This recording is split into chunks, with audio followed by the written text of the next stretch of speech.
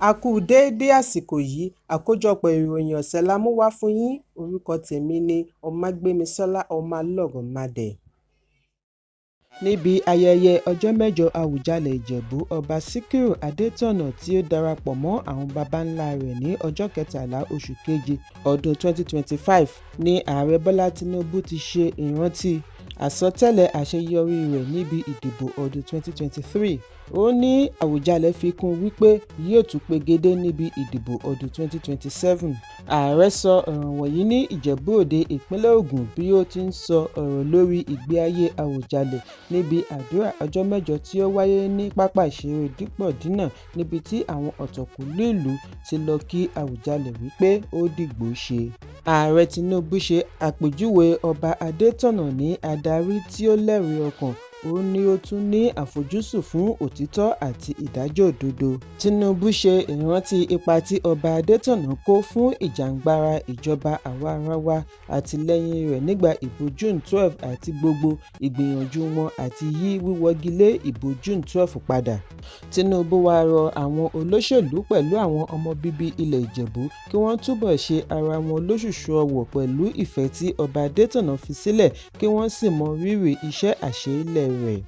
Àwọn òṣìṣẹ́ fẹ̀yìntì ọlọ́pàá kò wo bí ojú ọjọ́ ṣe rí tí wọ́n fi ya sí ẹnu ọ̀nà àbáwọlé sí ilé ìgbìmọ̀ ìjọba àpapọ̀ láti ṣe ìfẹ̀hónúhàn. Wọ́n fẹ́ kí ìjọba yọ orúkọ òṣìṣẹ́ fẹ̀yìntì ọlọ́pàá kúrò ní pension scheme tí wọ́n ṣe àpèjúwe ní ọ̀nà àti lọ́ wọn lọ́wọ́ gbà tí kò lẹ́tọ̀ọ́. Wọ́n ṣe ẹ̀sùn wípé èyí ti sọ wọ́n di ẹdun arinlẹ̀. Ó jẹ́ ẹ̀tọ́ wọn láti béèrè ohun tí wọ́n bá fẹ́. Bákan náà ni wọ́n ń béèrè fún àlékún àǹfààní àjẹmọ́nú wọn. Ṣùgbọ́n iléeṣẹ́ ọlọ́pàá ní bí ó tilẹ̀ jẹ́ wípé àwọn mọ rírì ìbéèrè àwọn òṣìṣẹ́ fẹ̀yìntì lọ́dọ̀ ìjọba, àwọn kan ti fẹ́ lo àǹfààní yìí fún ìmọ̀tara wọn àti fún ti àǹfààní òṣèlú, bí wọ́n ti rọ gbogbo àwọn tí ọ̀rọ̀ kàn ní tòótọ́ kí wọ́n fi ààyè gba ìjíròrò yálà tí wọ́n fi ń wá ìkọlù. Iléeṣẹ́ ọlọ́pàá ní ọ̀gá ọlọ́pàá yányán Káyọ̀dé Ẹgbẹ́tókun ti fi èròǹgbà rẹ̀ hàn àti tìkálára rẹ̀ bá àwọn òṣìṣẹ́ fẹ̀yìntì sọ̀rọ̀ kí wọ́n ṣe sùúrù jẹ́ olùpamọ́ òfin, bí ó ti fi dá wọn lójú wípé ètò ti tò láti ní ìpàdé pẹ̀lú wọn ní olú iléeṣẹ́ ọlọ́pàá Àbújá.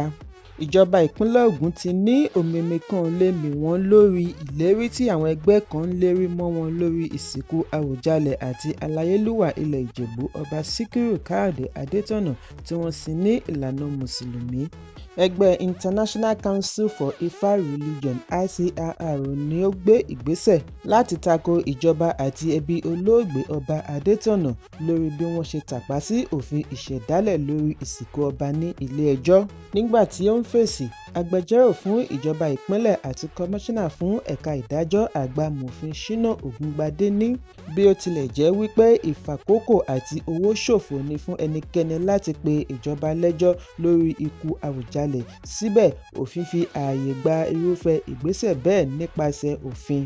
Ògúngbadé ní ààyè wà fún ẹnikẹ́ni tàbí ẹgbẹ́ tí ó bá lérò wípé ìjọba gbé ìgbésẹ̀ láti fi yàn wọ́n jẹ lórí òfin. Lórí ìgbésẹ̀ ICRR, ó ní òun ṣetán àti gbà wọ́n nímọ̀ràn òfin lọ́fẹ̀ẹ́ nítorí òye kò yé wọn tó, òfo sì ni wọ́n máa bá bọ̀.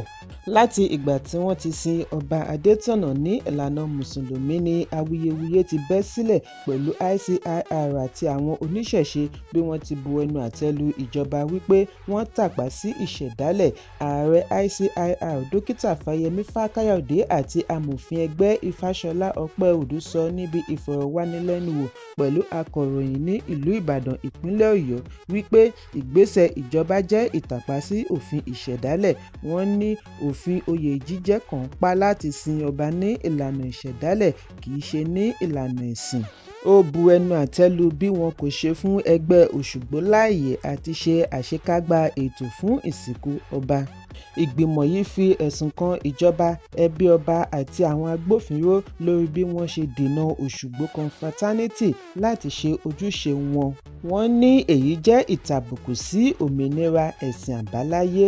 Èyí ló mú ICRR lérí àti tọ ọ̀nà òfin láti lè pa àṣà ilẹ̀ Yorùbá mọ́ lórí ìsìnkú ọba lọ́jọ́ iwájú. Àjọ NNPCL ti ṣe àfihàn àwọn àṣeyọrí wọn tó ṣe gbòógì láti fi sàmì ayẹyẹ 100 ọgọ́rùn-ún ọjọ́ tí ọ̀gá àgbà Bashir Ojúlárí gba ipò. Ọjọ́ kejì oṣù kẹrin ọdún 2025 ni ààrẹ Bọ́lá Tinubu fi Ojúlárí rọ́pò ọ̀gá àgbà àná Mele Kyari láti lè mú àtúnṣe bá iléeṣẹ́ NNPCL. Nínú àfihàn àkọọ́lẹ̀ tí iléeṣẹ́ yọ̀ǹda káàkiri ẹ̀rọ abánidọ́rẹ̀ẹ́ ni wọ́n ti gbóríyìn fún ìṣèjọba Ojúlárí fún àwọn àṣeyọrí ńlá tí ó wáyé fún ìdàgbàsókè ẹ̀ka epo, bí wọ́n ti ní iléeṣẹ́ ṣe àgbékalẹ̀ iṣẹ́ tó ṣe fojú rí, èrè gọbọi àti ìgbáyégbádùn àwọn òṣìṣẹ́. Aṣòfin gbùngbùn Kogi Natasha Akpoti-Uduaghan tí wọ́n jáwé gbélé ẹ̀ fún lẹ́yìn tí ó fi ẹ̀sùn ìbálòpọ̀ kan ààrẹ ilé ìgbìmọ̀ Godswill Akpabio ni wọ́n tún ṣe ìdáwọ́kọ̀ fún àti wọlé sí ilé ìgbìmọ̀. Natasha lọ sẹ̀ríà olóṣù mẹ́fà rẹ̀ mọ́ ẹ̀sùn tí ó fi kan adarí ilé, ṣùgbọ́n tí àwọn adarí ilé ní sẹ̀ríà rẹ̀ wáyé látàrí ìwà àìtọ́ tí ó hù níbi ìpàdé tí ń lọ lọ́wọ́. Ọjọ́ Ajé ni wọ́n ṣe ìdáwọ́kọ̀ fún ikọ̀ akọ̀wòrìn rẹ̀ láti má ríbi wọlé sí ọgbà ilé ìgbìmọ̀ ìlú Àbújá. Ó tún sọ̀kalẹ̀ nínú ọkọ̀ láti fi ẹsẹ̀ rìn wọlé, síbẹ̀ wọn kò fún un láǹfààní. Ọjọ́ Ajé ni Natasha lérí àti padà sí ẹnu iṣẹ́ lẹ́yìn ìdájọ́ ilé-ẹjọ́ gíga tí ó pa á láṣẹ kí àwọn aṣòfin fún un láàyè, ṣùgbọ́n ààrẹ ilé ìgbìmọ̀ ṣe àríyànjiyàn wípé ilé-ẹjọ́ kò ní agbára àti dá sí ọ̀rọ̀ ilé aṣòfin. Ìgbésẹ̀ yìí ti wá dá awuyewuye sílẹ̀. Lára àwọn tí ó koro ojú sí ìgbésẹ̀ yìí ni olùdíje du ipò igbákejì ààrẹ níbi ìdìbò ọdún 2023 láti ẹgbẹ́ òṣèlú Labour, Dẹ́tí Bàbá Ahmed, bí ó ti bu ẹnu àtẹ́ lu bí ilé ìgbìmọ̀ gbà ṣe ìdáwọ́kọ̀ fún aṣòfin yẹn láti má wọlé. Ó ṣe àpèjúwe ìhùwàsí ilé ìgbìmọ̀ ní àìríkanṣèkan, lack of priorities. Ó ní àwọn adarí ilé ìgbìmọ̀ kò rí nǹkan ṣe sí ìṣekúpa tó ń wáyé ní ẹkùn àríwá. Wọn kò fèsì sí ìjínigbé tàbí ìtàpá sí òfin.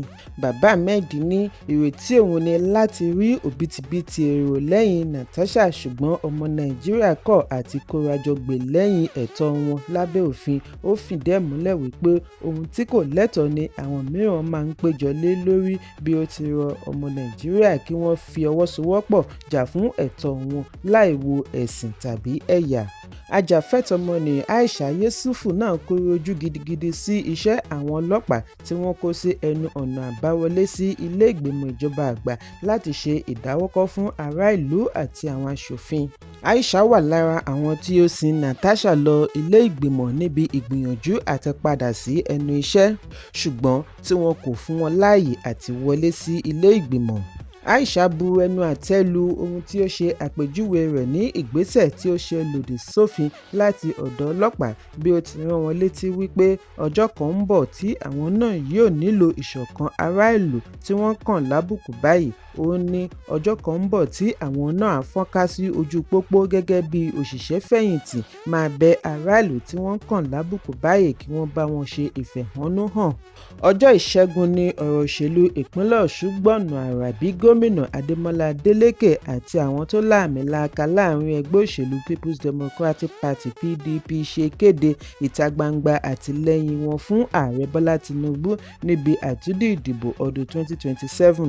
Ìpinnu yìí wáyé nínú àtẹ̀jáde tí wọ́n fi léde lẹ́yìn ìpàdé alágbára tó wáyé pẹ̀lú àwọn tí ọ̀rọ̀ kàn. Níbẹ̀ ni wọ́n ti fìdí ẹ̀ múlẹ̀ wípé Adélékè kò ní lọ́kàn àti fi ẹgbẹ́ òṣèlú PDP sílẹ̀ lẹ́yìn àhesọ tí ó gbòde wípé ó ti bọ́ọ̀dì sí ẹgbẹ́ APC.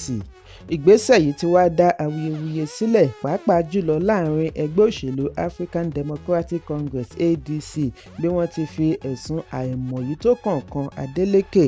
Wọ́n ní ṣíṣe àtìlẹ́yìn fún Tinubu kò ní kí wọ́n má gbà sẹ́gbẹ̀ẹ́ nígbà ìdìbò gómìnà tó ń bọ̀ ní ìpínlẹ̀ Ọ̀ṣun.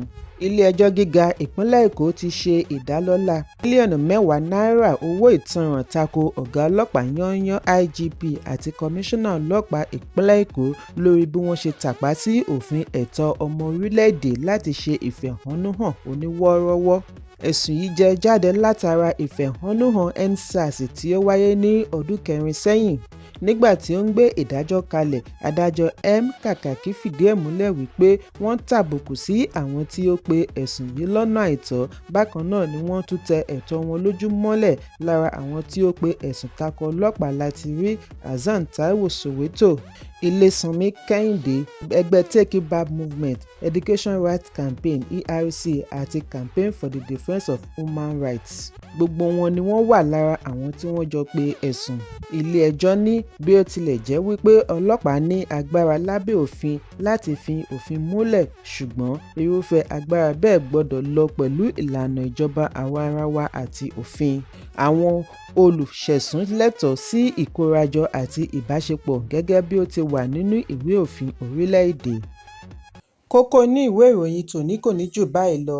Ẹ pàdé mi ní ọjọ́ Ajé Monday fún àkọ́tún ìròyìn. Kí a tó lọ, ẹ má ṣaláì fi àkíyèsí yín ránṣẹ́ kí ẹ sì bá wa subscribe sójúnà wa lórí YouTube kí kókó ní ìwé ìròyìn lè máa tẹ̀ yín lọ́wọ́ ní kíákíá.